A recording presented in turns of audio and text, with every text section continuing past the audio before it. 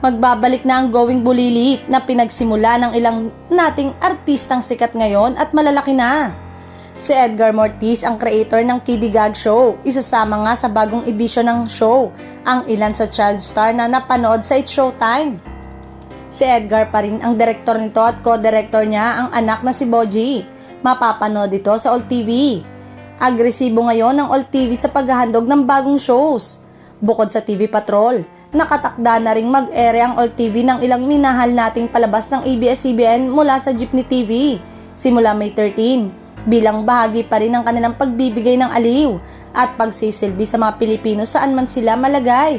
Inanunsyo ng Advanced Media Broadcasting System at ABS-CBN ang pagbabalik ng kapamilya shows sa Channel 2 sa pamamagitan ng free-to-air channel na All TV simula sa susunod na buwan.